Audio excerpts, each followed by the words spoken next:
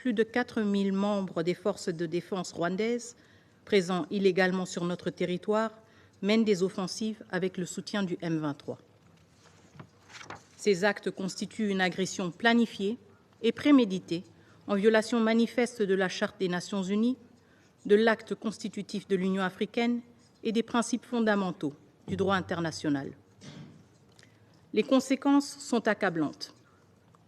Le massacre de Kishiché, le 29 novembre 2022, incarne les atrocités perpétrées avec des exécutions sommaires et des viols infligés à des civils.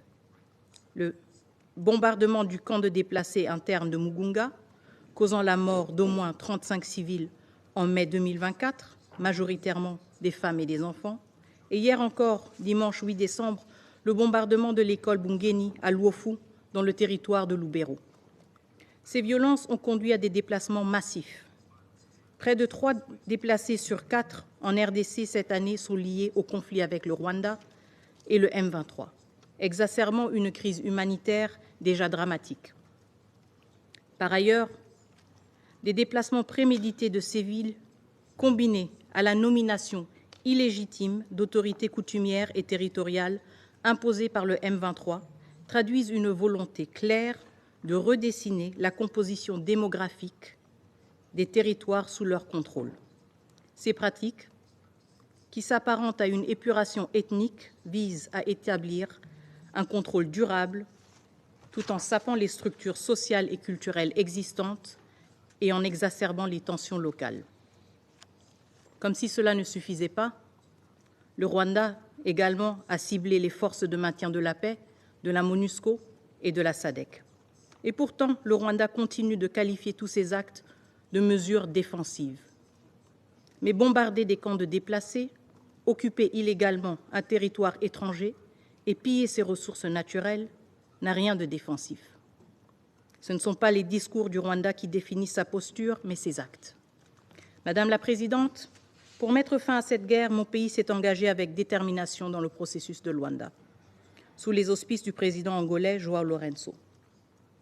Dans ce cadre, la RDC a pris l'engagement ferme de neutraliser les forces démocratiques de libération du Rwanda, tel que prévu par le concept d'opération adopté le 25 novembre à Luanda. Concept d'opération dans lequel le Rwanda, lui, s'est engagé à retirer ses troupes du territoire souverain congolais. Le 5 novembre à Goma, les ministres des Affaires étrangères d'Angola, du Rwanda et moi-même avons lancé le mécanisme de vérification ad hoc renforcé, mandaté pour surveiller le cessez-le-feu, entré en vigueur le 4 août.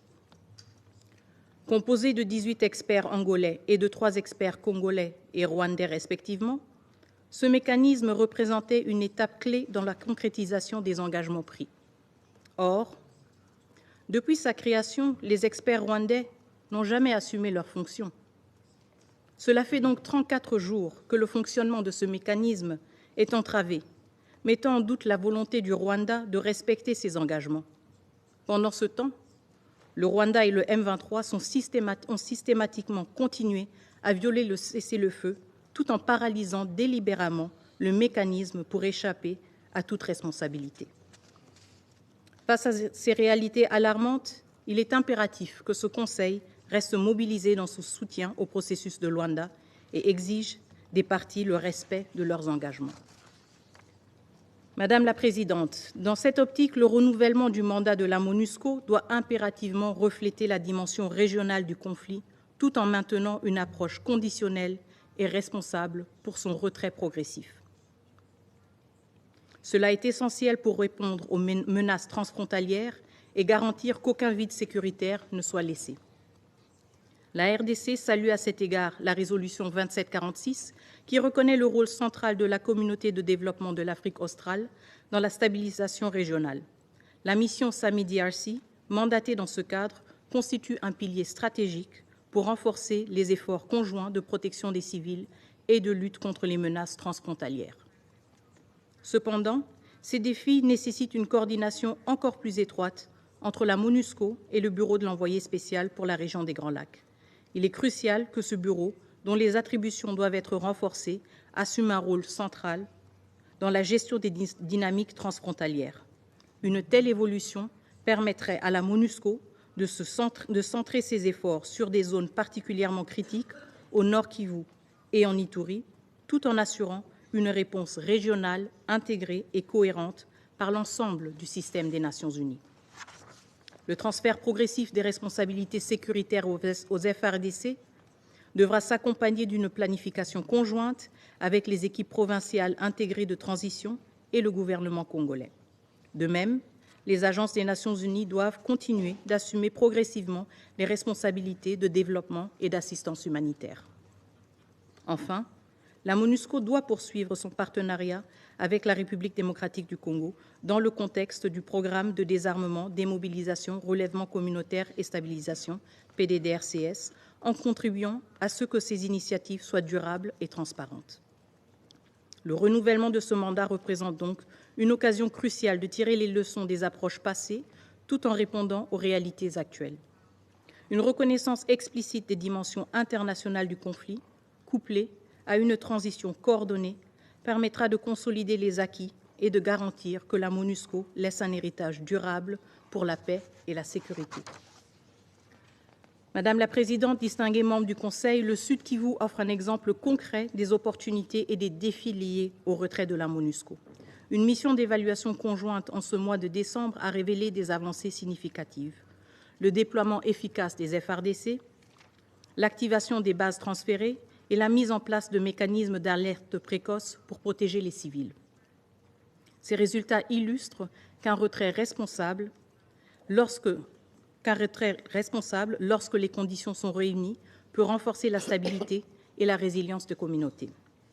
Cependant, des zones sensibles comme Calais et Fizi restent exposées aux menaces persistantes des groupes armés, exacerbant les risques de violation des droits humains. Ces défis soulignent l'importance d'une coordination étroite entre le gouvernement congolais et ses partenaires.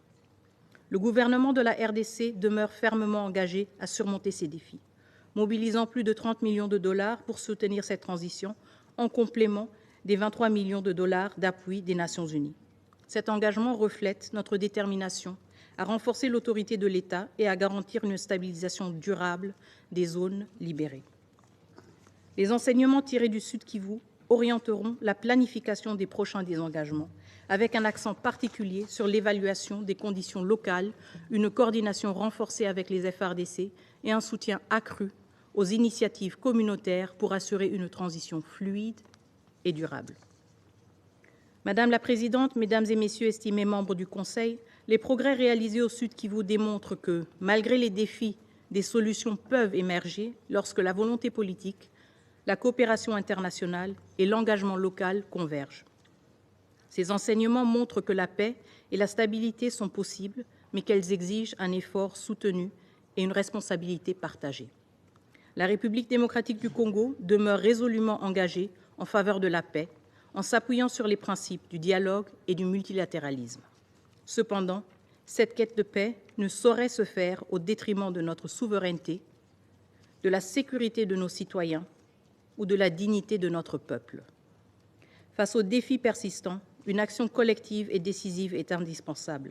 Et pour progresser vers une paix durable, nous appelons ce Conseil à doter la MONUSCO des ressources nécessaires et proportionnées pour garantir pleinement l'exécution de son mandat, en particulier son rôle critique de protection des civils, du DDR et de la réforme du secteur de sécurité, condamner et sanctionner les violations de la souveraineté de la RDC par le Rwanda, y compris les incursions militaires, le soutien au M23 et les attaques contre les civils et les forces de maintien de la paix, reconnaître explicitement la dimension régionale du conflit dans les paragraphes opérationnels du prochain mandat de la MONUSCO, afin de mieux répondre aux menaces transfrontalières, et ce, en attendant l'amélioration du mandat de l'envoyé spécial pour la région des Grands Lacs.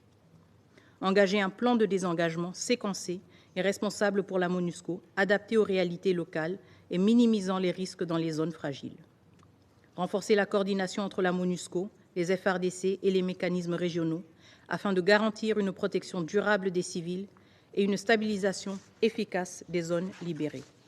Et enfin, garantir un suivi rigoureux et une redevabilité accrue dans le cadre du processus de Luanda, notamment à travers les mécanismes existants tels que le groupe d'experts et le comité de sanctions des Nations unies.